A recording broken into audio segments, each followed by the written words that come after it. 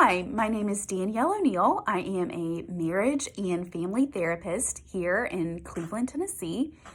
Wanted to hop on and talk to all of you today because we are a week away from Christmas, and I hope that this truly is the most wonderful time of year for you and that you're looking forward to all of the holiday traditions. And at the same time, I recognize that for some of us, it is truly the most wonderful time of the year. And then for others, just depending on life circumstances, it can be a really tough time of year. And I also recognize that with COVID, that's complicated the holiday traditions for all of us. So if this holiday is hard because of COVID or because you're experiencing a divorce or a loss of parents or difficult situations with your children, I want to let you know that that's okay and that you have permission to feel however you feel about this upcoming Christmas. And it's okay if you're not all holly jolly, let's go, it's Christmas. It's okay to grieve whatever you are grieving this holiday season. And so with that, I wanted to talk to you about a coping skill and something that I think is so important for our mental health, especially in a time of stress and uncertainty. And it's called loving kindness. It's exactly how it sounds. It's just extending loving kindness to yourself. And so the way I like to think about it is when we're trying to extend that loving kindness to ourselves, most of us really know how to be there for a friend.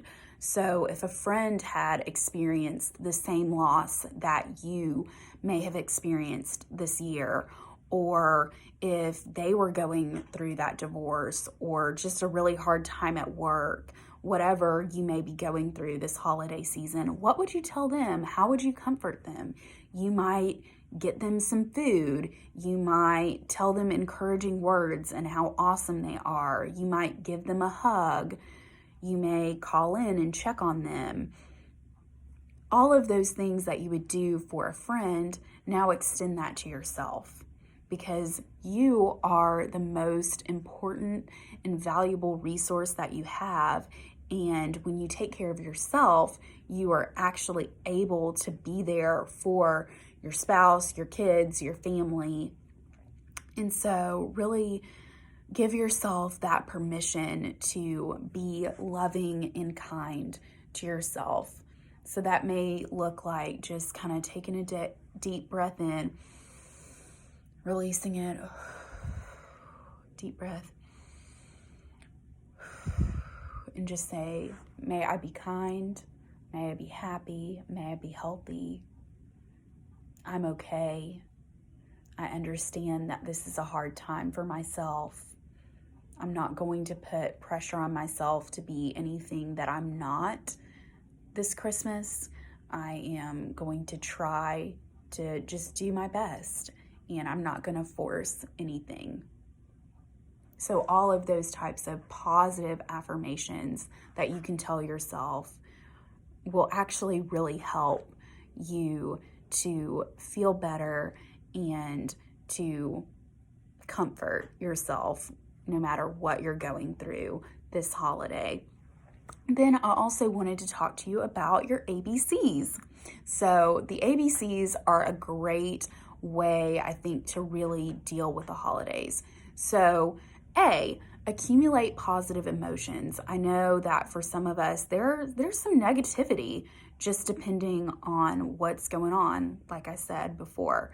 So plan some positive things, whether that's positive things that you like to do by yourself, a bubble bath, or just a night to yourself, a night to just Netflix and chill, whatever it is that might make you feel better. Or those positive emotions could be ice skating with your kids, or going to see the Christmas lights, or watching your favorite Christmas movie.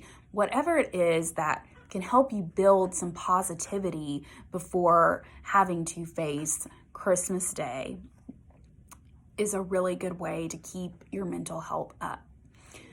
Second, your B is build mastery. Do some things that you're good at. A lot of times the holidays can be painful reminders of all the ways that we may have failed our family and friends, and maybe we didn't make it financially the way we wanted to. And so doing things that make us feel good about ourselves is really important during the holidays, because I know that some of us, I hope that you don't come from this type of family, but I am aware that some of us come from the kinds of families that tear us down and really make us feel like the word I'm not going to say on here. And so doing things that build yourself up before you face that holiday, before you face that mother-in-law that picks at you incessantly, do some things that make you feel good about yourself and be like, I'm bad no matter what she says. And then cope ahead of time with stressful events. And so really, have a game plan. You have permission to make a game plan of how you're going to respond to the mother-in-law's snarky comments, or even a kid's snarky comments, or just anything that may be stressful on Christmas Day or around Christmas. So come up with some comebacks, polite ones.